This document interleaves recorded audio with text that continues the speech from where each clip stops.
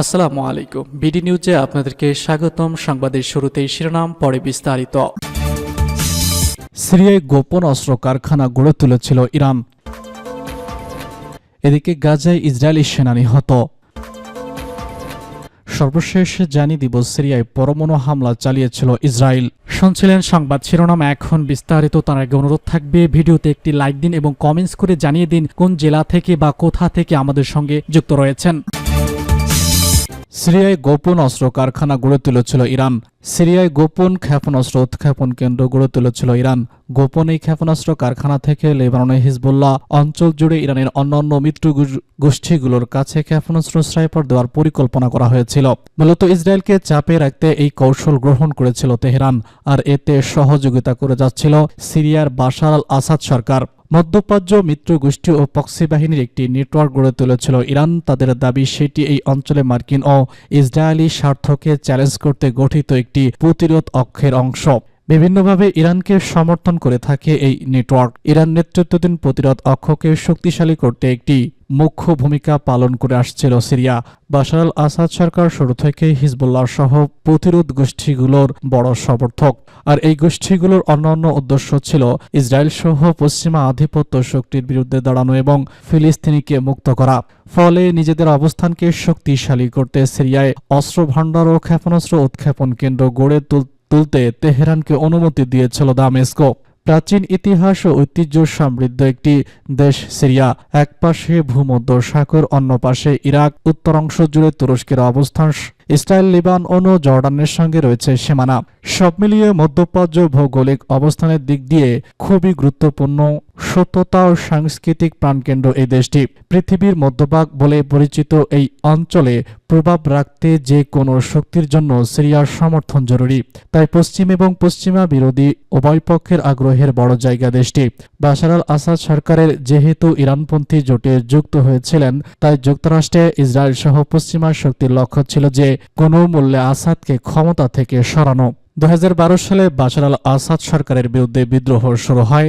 দামেস্কের অভিযোগ ছিল যুক্তরাষ্ট্র এবং ইসরায়েলের প্রত্যক্ষ মদদে এই গোষ্ঠী বিদ্রোহ শুরু করে। তবে সে সময় রাশিয়া এবং ইরানের সহযোগিতায় ক্ষমতায় টিকে যান বাশার আল আসাদ সরকারের বিরুদ্ধে এই বিদ্রোহ ইরানের জন্য আরও বড় সুযোগ হয়ে এসেছিল। সিরিয়ায় বড় ধরনের সামরিক উপস্থিতি নিশ্চিত করতে পেরেছিলেন ইরান। সিরিয়ায় ইরানের সামরিক উপস্থিতি ও অস্ত্র ভাণ্ডারের খবর বিভিন্ন সময় গণমাধ্যমের শিরোনাম হয়েছিল। এসব অস্ত্র ভাণ্ডার বিভিন্ন সময় লক্ষ্যবস্তু করেছে যুক্তরাষ্ট্র ও ইসরায়েল। গত বছরের অক্টোবরে মার্কিন কর্মকর্তারা দাবি করেছিলেন, সিরিয়ার পূর্ব অঞ্চলে থাকা ইরানের রেজুলেশনারি গার্ডের 2টি অস্ত্র গোলা বারুদ গুদাম বিমান হামলা চালিয়েছে যুক্তরাষ্ট্র। এরপর গত অক্টোবরে ইসরায়েল দাবি করে তারা সিরিয়ার ভূখণ্ডে প্রবেশ করে ইরানের তৈরি একটি গোপন ক্ষেপণাস্ত্র কারখানা ধ্বংস করেছে। কারখানাটি লেবানন সীমান্তের খুব কাছে অবস্থিত বলে জানান তারা। সম্প্রতি সেই অভিযানের কিছু গোপন নথি প্রকাশ করেছে ইসরায়েলি গণমাধ্যম কান নিউজ। খবরে দাবি করা হয়েছে, হিজবুল্লাহর কাছে অস্ত্র পৌঁছে দেওয়ার উদ্যোগে বাধা দিতে ও অভিযান চালানো হয়। প্রতিবেদনের মতে ইসরায়েল সিরিয়ায় মেসাজ শহরের কাছে অবস্থিত এই ভূগর্ভস্থ ক্ষেপণাস্ত্র কারখানার অভিযান চালায়। এই ক্ষেপণাস্ত্র কারখানায় দেখভালের দায়িত্ব ছিল ইরানের ইসলামী বিপ্লবী গার্ড বাহিনীর। গাজা ইসরায়েলি সেনা নিহত। উত্তর গাজা জাবালিয়া শরণার্থী শিবিরে এক ইসরায়েলি সেনা নিহত হয়েছে। রোববার ইসরায়েলি আরবি রেডিওর এক প্রতিবেদনে এইসব তথ্য নিশ্চিত করা হয়েছে। নিহত ওই সেনার নাম জয়েন্স আবুল হোসেন। তিনি বুরুজ ট্যাঙ্কের আঘাত নিহত হন। উল্লেখ্য, চলমান গাজা যুদ্ধে 45,514 ফিলিস্তিনি নিহত হয়েছে। এছাড়া আরও 1,08,890 জন আহত হয়েছে। যুদ্ধ শুরু হওয়ার পর থেকে এখনও পর্যন্ত নিখোঁজ রয়েছে অন্তত 11,000 ফিলিস্তিনি। সিরিয়ায় পরমাণু হামলা চালিয়েছিল যুক্তরাষ্ট্র। সিরিয়ায় পরমাণু হামলা চালিয়েছিল ইসরায়েল। পশ্চিম এশিয়ায় পরমাণু হামলা, যুদ্ধবিধ্বস্ত এলাকায় এবার ছড়ালো তেজস্ক্রিয়তার আতঙ্ক। অভিযোগের তীর ইসরায়েলের দিকে। সত্যিই তারা পরমাণু হাতিয়ার ব্যবহার করে থাকলে ভূমধ্যসাগরের তীরে বিশাল এলাকা যে মৃত্যুর স্তূপে পরিণত হবে তা বলাই বাহুল্য। যদিও এ বিষয়ে কোনো মন্তব্য করেনি তেল আবিব।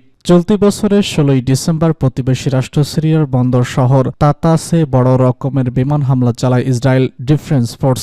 বিস্ফোরণে কেঁপে ওঠে গোটা এলাকা, পাশাপাশি অনুভূত হয় ভূকম্পন। আর এরপরই জোরালো হতে শুরু করেছে ইসরায়েলের পরমাণু অস্ত্র আরোপের তৎ পশ্চিমা গণমাধ্যমগুলির এক অংশের দাবি, সিরিয়ায় আমেরিকার তৈরি B-61 পরমাণু বোমার পরীক্ষা চালিয়েছে আইডিএফ। যুদ্ধবিমান থেকে সেটি প্রতিবেশী দেশটির তাতাসে নিক্ষেপ করে ইহুদিবাদী সেনা। এর জন্য যুক্তরাষ্ট্রের বিখ্যাত সংস্থা লকহিড মার্টিনের তৈরি F-35 জেট ব্যবহৃত হয়েছে বলে জানা গেছে। গত শতাব্দীতে দ্বিতীয় বিশ্বযুদ্ধ শেষ হওয়ার পর আমেরিকা এবং সোভিয়েত ইউনিয়নের মধ্যে শুরু হয় ঠান্ডা লড়াই। এ সময় মস্কো এবং ওয়াশিংটনের মধ্যে চলতি পরমাণু হাতিয়ার বৃদ্ধির সহযোগিতা। সেখানে সোভিয়েতকে পিছনে ফেলতে 1966 সালে BM-61 আণবিক বোমা তৈরি করে যুক্তরাষ্ট্রের প্রতিরক্ষা সদর দপ্তর পেন্টাগন জানিয়েছে, B-61 হল প্রকৃতপক্ষে থার্মোনিউক্লিয়ার ভ্যাগাজিম বোমা।